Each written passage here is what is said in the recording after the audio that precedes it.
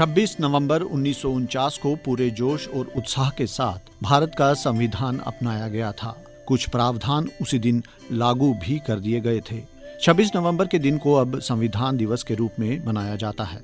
वहीं संविधान के अधिकांश प्रावधान 26 जनवरी 1950 को लागू हुए थे और तब से ही 26 जनवरी को गणतंत्र दिवस के रूप में मनाया जाता है। 26 नवंबर 2024 से भारत सरकार ने देश के संविधान को अपनाने के 75 वर्ष पूरे होने के उपलक्ष्य में वर्ष भर चलने वाले समारोह की शुरुआत की है। विधि और नीति यानी कानून और पॉलिसी में वो सर्वोच्च और सर्वोपरि शक्ति निहित होती है जो किसी भी इकाई या संस्था अथवा राज्य को संचालित करती है। संभवतः भारत का संविधान भी एक ऐसी ही सर्वोच्च शक्ति है जो हमारे राष्ट्र को गणतंत्र, संघ और संप्रभुता के अद्वितीय गुण प्रदान करती है। सीधे सादे शब्दों में कहें तो गौरवशाली इतिहास वाले अहले वतन के वर्तमान की आत्मा या रूह कॉन्स्टिट्यूशन ऑफ इंडिया यानी भारत का संविधान ही हो सकती है। कृतज्ञ राष्ट्र इन दिनों संविधान की 75वीं वर्षगांठ जोश और जज्बे के साथ मना रहा है। भारतीय संविधान के महत्व पर मैं यानी श्रुति खजूरिया और मेरे सहयोगी कुणाल श्रीवत्स बातचीत कर रहे हैं कानूनविद और कानून के जानकार एडवोकेट शेख शकील जी से। सर, आपका स्टूडियोज में बहुत बहुत स्वागत है। बहुत शुक्रिया सर, सबसे पहले तो हम आपसे ये जानना चाहेंगे कि आपकी नज़र में भारतीय संविधान की कौन सी खासियतें हैं जो एक राष्ट्र को एक सफल गणतंत्र बनाती हैं? सबसे खूबसूरत चीज़ हमारे संविधान की ये है कि इसका पूरा निचोड़ जो है इसके प्रेम्बल में है। अगर आप भारतीय संविधान का प्रेम्बल देखें, उसमें शुरुआत में जो शब्द इस्तेमाल किए वी द पीपल जी। और सबसे खूबसूरत बात जो मुझे संविधान में नजर आती है जब वो जस्टिस की बात करते हैं, सोशल, इकोनॉमिक और पॉलिटिकल, मीनिंग जिसे हम कहेंगे कि तमाम लोगों के लिए इंसाफ, सोशल भी, पॉलिटिकल भी और इकोनॉमिक भी। इससे खूबसूरत बात और इक्वालिटी की बात जब हम करें तो ये प्रेम्बल जो है ये बेसिक स्ट्रक्चर है हमारे कॉन्स्टिट्यूशन का, जिसमें जो भी वैल्यूज हैं, जो भी कॉन्स्टिट्यूशन की सोल है वो हमारे इस प्रेम्बल में आ जाए। और फिर उसके बाद सबसे इम्पॉर्टेंट बात जो मैं आपको कहूँगा, हमारे भारतीय संविधान के अलग अलग चैप्टर्स हैं और उन चैप्टर्स में जो सबसे मैं कहूँगा कि जो हमारे संविधान की जान है वो हमारा चैप्टर 3 है, जिसे हम पार्ट 3 कहते हैं, जिसमें हमारे फंडामेंटल राइट्स की बात की गई। तो फंडामेंटल राइट्स में आप देखिए जितने भी हमारे आर्टिकल 14 है, right to equality and equal protection of laws, फिर उसके बाद आप article 15 no discrimination on the basis of caste, creed और सेक्स, फिर आप आर्टिकल 16 पे चलें जो कि बहुत ही इंपॉर्टेंट है कि equality in the matters of public employment. आप देखिए भारतीय संविधान जो है वो ये कहता है कि जो पब्लिक एम्प्लॉयमेंट है it is a national wealth. हर एक जो भारत का सिटीजन है उसका ये फंडामेंटल राइट है, उसे राइट ऑफ कंसिडरेशन है। आप देखिए चाहे सिविल सर्विसेज हैं या हमारे JNK में कंबाइंड सर्विसेज हैं, हर मजहब व मिल्लत का शख्स जो है उसका ये फंडामेंटल राइट है, वो किसी भी कॉम्पिटिटिव एग्जामिनेशन के लिए compete कर सकता है। तो ये तमाम गिफ्ट, ये तमाम तोहफे जो हैं ये हमें हमारे संविधान ने दिए। शेख साहब, हम जानना चाहेंगे कि समाज के आखिरी सोपान पे खड़ा भारतीय नागरिक अपने संवैधानिक अधिकारों के प्रति कितना जागरूक है और अभी तक इसमें कितना कुछ करना और बाकी है? बहुत इंपॉर्टेंट सवाल है आपका। सबसे खूबसूरत बात यह है कि आज जो तालीम है वो नुक एंड कॉर्नर्स तक पहुंची है। इसमें बहुत सा रोल मीडिया का है, हमारे रेडियो का है, हमारे और जो डिफरेंट माध्यम है मीडिया के। और सबसे खूबसूरत बात यह है कि मैं जम्मू कश्मीर की अगर मैं बात करूं, आप देखिए दूर दराज इलाके, चाहे किश्तवाड़ के हैं, चाहे पुंछ के हैं, चाहे आप मेरे रामनगर के आप ले लीजिए या जिला कठुआ के बनी का इलाका ले लीजिए, आज लोग इतने जागरूक हैं कि उनको अपने फंडामेंटल राइट्स का पता है। वो अदालतों का दरवाजा खटखटा रहे हैं कि हमें साफ पानी चाहिए। वो अदालतों में आ रहे हैं, हमें अच्छी क्वालिटी की, जिस क्वालिटी की सड़क जम्मू शहर में है यही सड़क बिलावर में होनी चाहिए, बनी में होनी चाहिए, मेंढर में होनी चाहिए। तो मैं महसूस करता हूं, जब मैं कोर्ट में देखता हूं, मुझे कभी ऐसा लगता है कि इस हाई कोर्ट में ज़्यादा जो मुकदमे हैं अर्सवाइल डोडा डिस्ट्रिक्ट के हैं, ज़िला पुंछ के हैं, राजौरी के हैं, क्योंकि ये जो तालीम का फैलाव हुआ है उससे लोग जागरूक हुए हैं और दूर दराज तक आप देखिए, आज जब आप जाते हैं आपको किसी पहाड़ के ऊपर भी रोशनी नजर आती है। तो इसका मतलब यही है, हर घर में चिराग जल रहा है, हर घर में बिजली है, और जहाँ पे अगर कोई सहूलियात अगर मैसर नहीं है तो लोग डीसी का दरवाजा खटखटाते हैं, एसडीएम का दरवाजा खटखटाते हैं, एक्सीएन के पास जाते हैं, और अगर कहीं पे भी सुनवाई नहीं होती तो आखिर में जो कानून का मंदिर है, हमारी जो अदालतें हैं,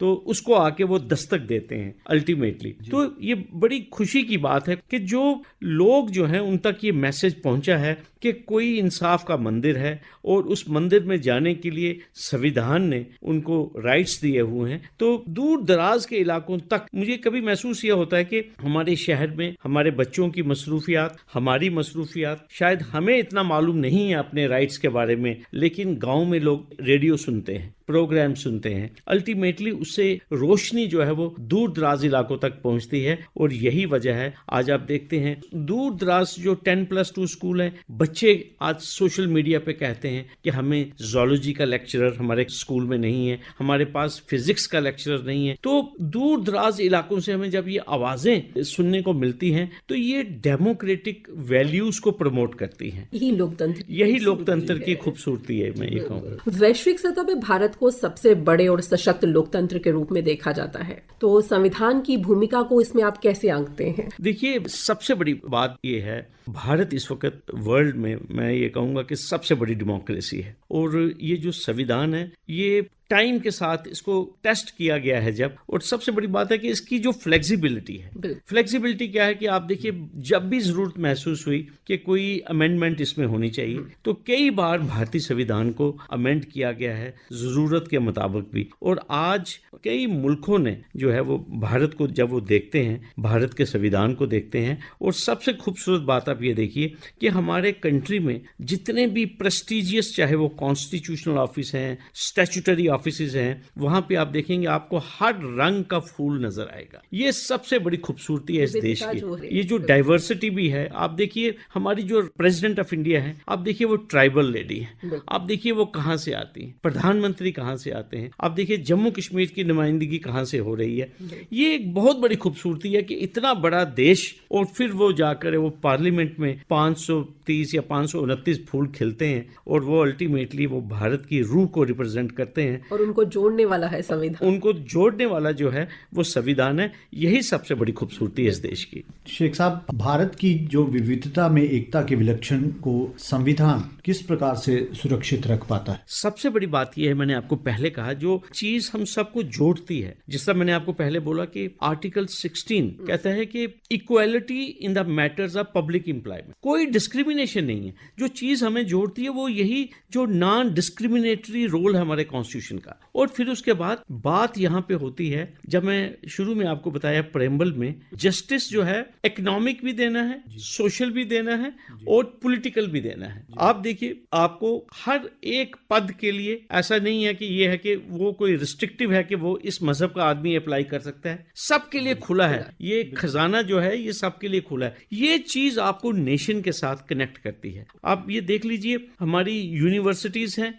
आपको वहां पे प्रोफेसर्स हर जगह के मिलेंगे। आप देखिए यहाँ रेडियो में, आप देखिए आपको टैलेंट जो है वो हर जगह से मिलेगा। ओपन फील्ड है, आप compete कीजिए, आप सामने आइए और अपनी कला को मौका मिलता है। और ये मौका आपको देता कौन है? ये मौका कॉन्स्टिट्यूशन देता है आपको। आप देखिए, अगर किसी के साथ भी भेदभाव है, डिस्क्रिमिनेशन है, तो उसके लिए हमारे आइन का जो आर्टिकल 226 है वो रिट ज्यूरिसडिक्शन का आपको अधिकार देता है कि आप किसी भी कॉन्स्टिट्यूशनल कोर्ट में, आप हाई कोर्ट में जा सकते हैं 226 के तहत। फिर अगर आपकी कैपेसिटी है तो आप सीधा सुप्रीम कोर्ट का दरवाजा खटखटा सकते हैं आर्टिकल 32 के तहत कि मेरे फंडामेंटल राइट्स की वायलेशन हुई है। तो आप देखिए, रोज आप देखते हैं लैंडमार्क पाथ ब्रेकिंग जजमेंट्स जो हैं वो हमारी हाई कोर्ट से आती हैं, हमारी सुप्रीम कोर्ट से आती हैं। और आपने देखा होगा कि जो प्रोसेस ऑफ अपॉइंटमेंट ऑफ जजेस भी है, सिलसिला जो है हमारी जुडिशरी का, जैसा मैंने आपको पहले कहा कि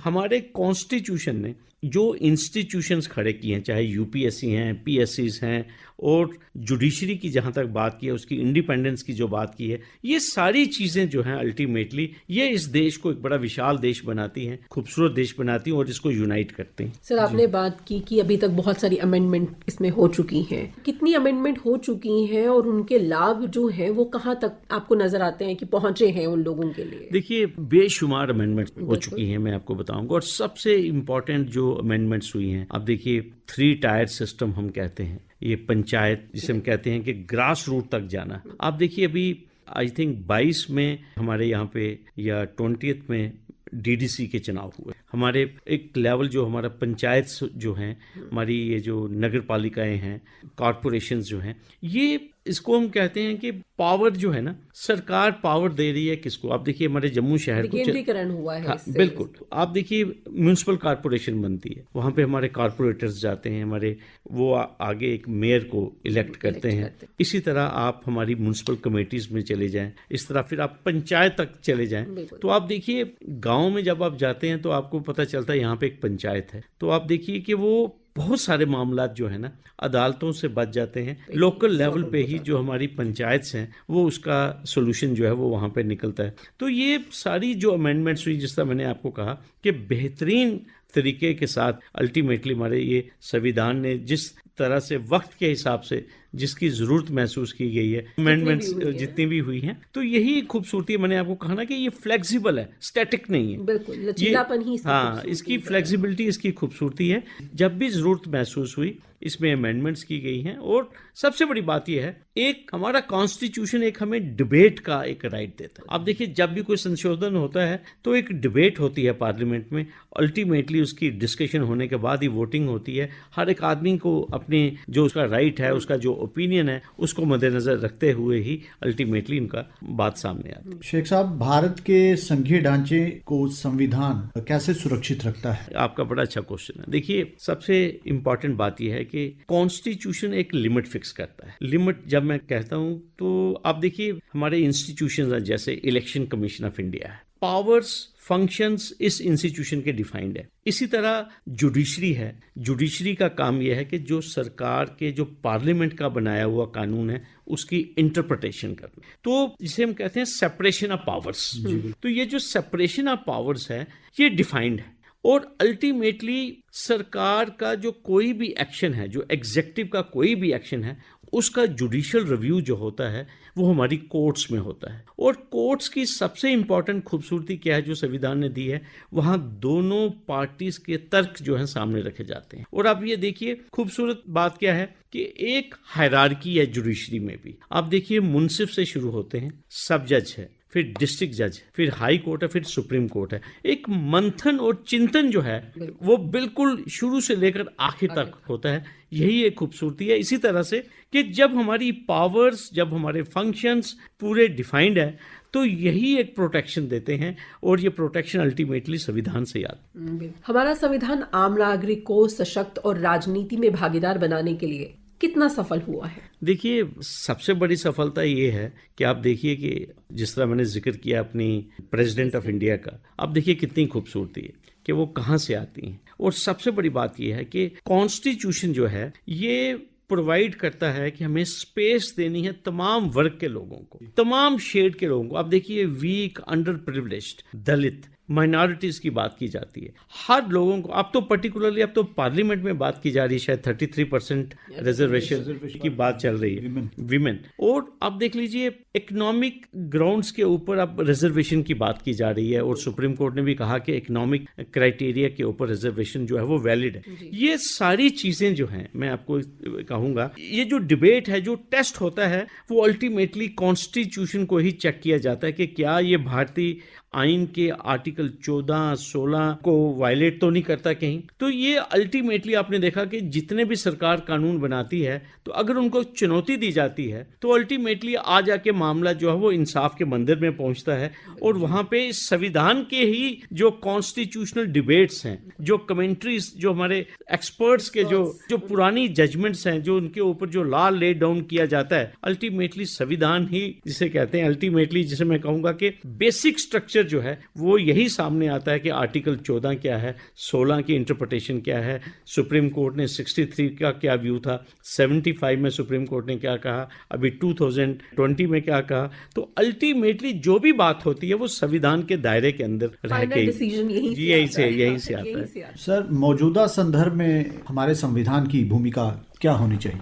देखिए, आज के दौर में मैं आपको एक चीज कहूंगा, एक तो हमारा जो कॉन्स्टिट्यूशन है, मैं तो कहूंगा कि ये सेल्फ कंटेन्ड है, इसमें किसी चीज की कोई कमी नहीं है। आप देखिए, कोई भी शख्स अगर वो महसूस करता है उसके साथ इंसाफ नहीं हो रहा है, तो अगर वो डिस्क्रिमिनेशन फील करता है, उसके लिए तमाम दरवाजे खुले हैं और ये दरवाजे ओपनिंग है, ये रास्ता जो है ये हमारा संविधान प्रोवाइड करता है। आप देखिए, एक मेरिटोरियस स्टूडेंट है, वो कहता है जी मेरी सिलेक्शन जो है होनी चाहिए थी, अल्टीमेटली वो कोर्ट में जाता है, कोर्ट रिकॉर्ड सम्मन करता है सिलेक्शन का और वाकई कोर्ट देखती है कि अगर इस बच्चे ने अच्छा परफॉर्म किया है तो कोर्ट सिलेक्शन जो है जिसकी हुई है उसकी अपसेट करती है और कहती है कि आप इस बच्चे को सिलेक्ट कीजिए। इसी तरह और बड़े सारे मामलात हैं, जैसे टेंडर्स के, कॉन्ट्रैक्ट्स के, एनीबॉडी हु फील्स डिस्क्रिमिनेटेड, कि उसके साथ इंसाफ नहीं हुआ, तो अल्टीमेटली संविधान ही उसको रास्ता इंसाफ के मंदिर में ले जाता है, जहां पे वो नॉक करता है और उसकी सुनवाई होती है। देश की न्यायपालिका और कार्यपालिका के अधिकार क्षेत्र में हमारा आइन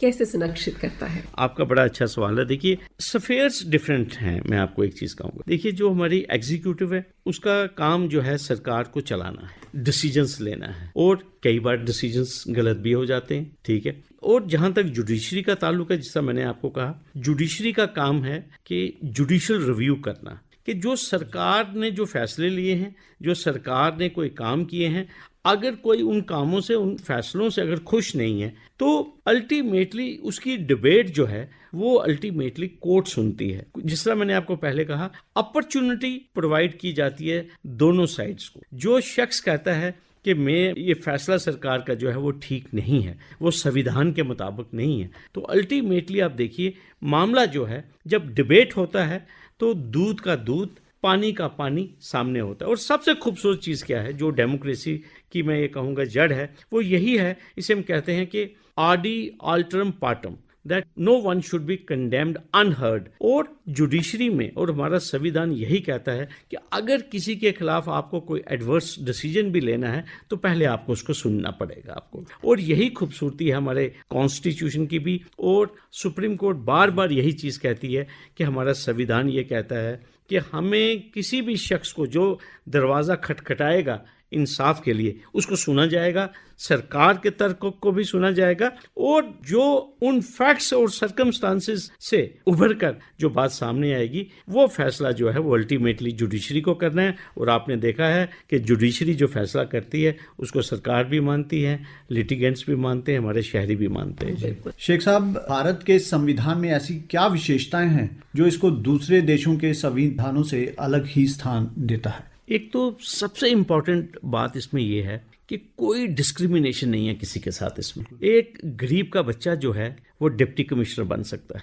एक गरीब का बच्चा चीफ सेक्रेटरी बन सकता है, एक दूर दराज इलाके का बच्चा जो है वो चीफ जस्टिस और जस्टिस बन सकता है। आप देखिए, मैं अपने जम्मू कश्मीर उच्च न्यायालय की बात करूंगा, लेह के एक रिमोट एरिया से हमारे चीफ जस्टिस ताशी रबिस्टन आते हैं। तो ये खूबसूरती जो है ये इस कॉन्स्टिट्यूशन की है कि जिसने लेह डिस्ट्रिक्ट के एक दूर दराज एक गांव से, वहां से एक बच्चा निकलता है, वो पढ़ता है, लिखता है, जम्मू से वो अपनी वकालत शुरू करता है, फिर उसके बाद वो हाई कोर्ट जज बनता है, और बनते बनते वो तरक्की करते करते वो चीफ जस्टिस बनता है। आज हमारे जम्मू कश्मीर की जो जुडिशियल फैमिली है वो उसके कैप्टन हैं, वो उसके मॉनिटर हैं। तो ये चीज़ें जो हैं, मैं आपको बताऊं, हमें बाकियों से बड़ी अलग हैं।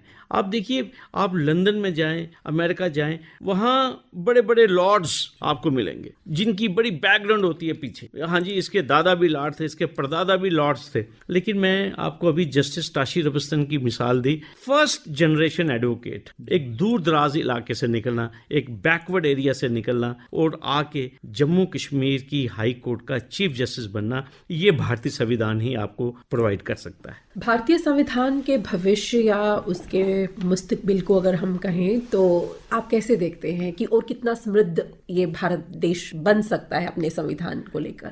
सबसे पहले तो एज ए सिटीजन्स हमारा भी एक रोल बनता है। अगर हम राइट्स की बात करते हैं तो हमारी कुछ फंडामेंटल ड्यूटीज भी हैं, और अगर इस देश को उज्जवल बनाना है, विकसित बनाना है, हमें भी कंट्रीब्यूट करना पड़ेगा as citizens.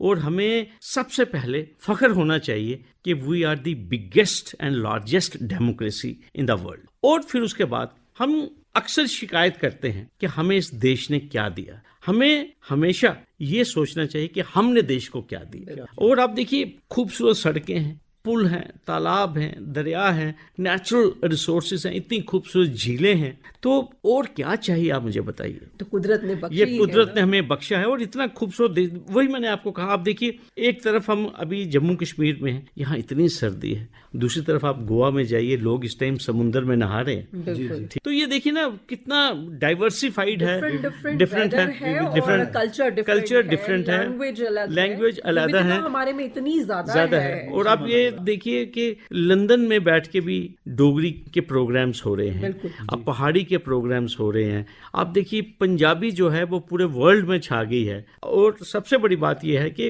We should be proud of our country, we should be proud of our culture. और ख़ास तौर पर आप देखिए, इतनी रियासतें हैं, इतनी स्टेट्स हैं, इतनी यूटीज़ हैं, दरिया हैं, नाले हैं, हर एक चीज़ नेचर ने हमें दी है। तो हमारी कोशिश यही रहनी चाहिए कि हम अपने कॉन्स्टिट्यूशन जो मेकर्स हैं, हम उनको याद करें, उनको सलाम पेश करें कि उनकी अनथक मेहनत की वजह से आज ये देश हमें मिला। हमारे बॉर्डर्स जो सेफ एंड साउंड है हमारे जवानों की वजह से। तो ये अल्टीमेटली महसूस करता हूँ कि instead of being asking for our rights, कभी हमें अपने ड्यूटीज की ओर भी सोचना चाहिए। मुझे लगता है जो आज हम लोकतंत्र का उत्सव मनाते हैं उसमें संविधान सबसे महत्वपूर्ण है, वरना शायद हमने जो झेला है आजादी से पहले वो शायद नहीं होता अगर हमारा कॉन्स्टिट्यूशन ऐसा होता या संविधान हमारे पास होता। आप देखिए, एक जमाना था जब हम आज़ाद नहीं थे जी, बहुत सारे ऐसे इंस्टीट्यूशंस थे जहाँ पे इंडियंस को इजाज़त नहीं होती थी। आप देखिए, हमारे राष्ट्रपिता महात्मा गांधी जी को ट्रेन से बाहर निकाल दिया गया था, तभी इन तमाम लोगों ने जद्दोजहद कोशिश की, फ्रीडम स्ट्रगल की। तो उसके बाद ही आज ये जो हम आज़ाद फिजा में जो हम सांस ले रहे हैं, तो ये उन लोगों की अनथक मेहनत है कि आज ये एक आज़ाद देश है जहाँ पे स्ट्रक्चर हैं, इंस्टीट्यूशंस हैं, पार्लियामेंट हैं, असम्बलीज हैं, जहाँ पे हमें राइट है, हम अपना मत रख सकते हैं, हम अपनी बात रखते हैं। और सबसे खूबसूरत बात यह है कि जिस तरह मैंने आपको पहले कहा कि हमारे कॉन्स्टिट्यूशन ने हमें प्रोवाइड किया है कि हम एक डिग्निफाइड पार्लियामेंट्री तरीके से अगर कोई डाइसेंट भी है उस बात को भी खूबसूरती से पेश करें, ताकि हम किसी की फीलिंग्स को हर्ट ना करें। कोशिश जब इम्प्रूवमेंट की है तो उस चीज़ को भी अच्छे ढंग से पेश करना, ये हमें संविधान ने सिखाया है। शेख साहब, आप हमारे स्टूडियोज में आए और संविधान के 75 वर्ष की गौरव यात्रा और संविधान के बारे में महत्वपूर्ण जानकारी हमसे साझा की, इसके लिए आपका धन्यवाद। बहुत बहुत शुक्रिया। यह वर्ष हमारे संविधान के लागू होने के 75वें वर्ष का प्रतीक है। हम सब देशवासियों के लिए ही नहीं बल्कि विश्व के सभी लोकतंत्र प्रेमी नागरिकों के लिए भी यह बहुत ही गौरव का पल है। बड़े गर्व के साथ लोकतंत्र के उत्सव को मनाने का यह अवसर है। संविधान के 75 वर्ष की यह यात्रा एक यादगार यात्रा है और विश्व के सबसे महान और विशाल लोकतंत्र की इस यात्रा के मूल में हमारे संविधान निर्माताओं की दिव्य दृष्टि और उनका अतुलनीय योगदान है, जिसको लेकर कि आज हम आगे बढ़ रहे हैं। 75 वर्ष की यह उपलब्धि साधारण नहीं है, असाधारण है, क्योंकि जब 1947 में देश आजाद हुआ तो उस समय भारत के लिए जो भी आशंकाएं व्यक्त की गई थीं, उन सभी आशंकाओं को निरस्त करते हुए, परास्त करते हुए भारत का संविधान हमें 75 वर्षों के इस सफर में वहां तक ले आया है जहां वो आज अपने नागरिकों को सब प्रकार की संवैधानिक शक्तियां प्रदान करता है। आज के इस विशेष प्रोग्राम में बस इतना ही। इस कार्यक्रम को तैयार करने में तकनीकी सहयोग दिया कोमल त्रकरू और गोकुल वर्मा ने।